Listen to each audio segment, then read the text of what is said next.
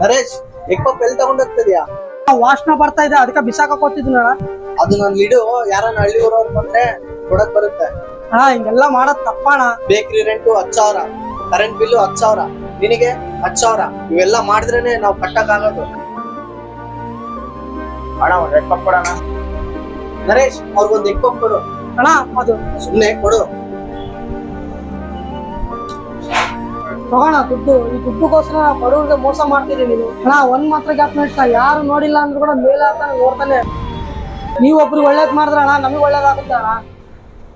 ಇವೆಲ್ಲ ಆಮೇಲೆ ಹೇಳುವಂತೆ ಫಸ್ಟ್ ಕೆಲಸ ನೋಡ್ಕೋ.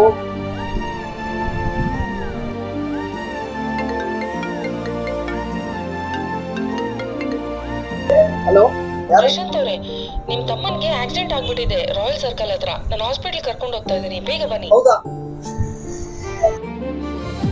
ನಾವು ಮಾಡಿದ್ದು ಪಾಪ ಕರ್ಮ ರೂಪದಲ್ಲಿ ಬಂದೇ ಬರುತ್ತೆ. ಏನಂತೀರಾ ಕಮೆಂಟ್ ಮಾಡಿ ತಿಳಿಸಿ.